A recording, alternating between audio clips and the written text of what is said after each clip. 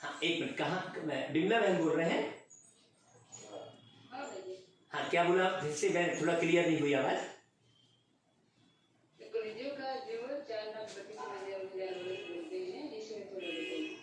अच्छा कलयुग, इसमें भी राजा परीक्षित की कथा सुनने से पूरा क्लियर हो जाएगा।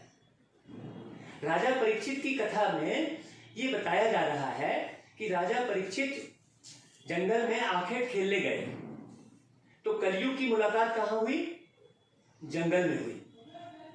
अब कथा में ये दिखा दिया है कि कलयुग बोला, कलयुग बोला, ये कथा में दिखाया है।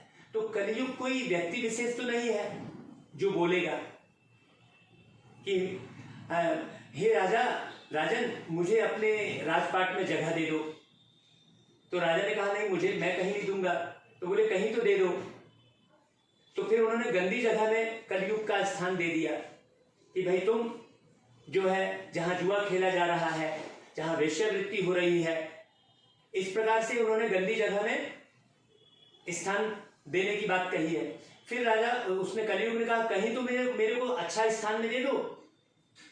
तो राजा ने स्वर्ण में स्थान दे दिया, तो वो सीधा कलयुग कहाँ पहुंच गया? मुकुट में पहुंच गया। अब बात बहुत अच्छे से समझने की है। अब मनुष्य इतने भ्रांतियों में है कि कलयुग इतने बरस की, उतने बरस की, उतने बरस। वास्तव में कलयुग कहाँ है? बुद्धि में है। राजा परीक्षित के मुकुट में कलयुग चला गया का मतलब कहाँ है? मुकुट तो स्थूल चीज है। कलयुग का अर्थ होता है जिस समय, जिस काल में मनुष्य देह के भान में वशीभूत होकर और केवल कल के बारे में ही सोचेगा, या तो बीते हुए कल में कल करता रहेगा, या तो आने वाले कल की चिंता करता रहेगा, वो है कलयुग। अब चाहे आप इसे जितने समय चला लो और कल के भान को आप मुक्त कर दो, तो अभी से 1 सेकंड में कलयुग खत्म हो गया। नहीं तो आप 43,000 चला लो, चाहे बात देखिए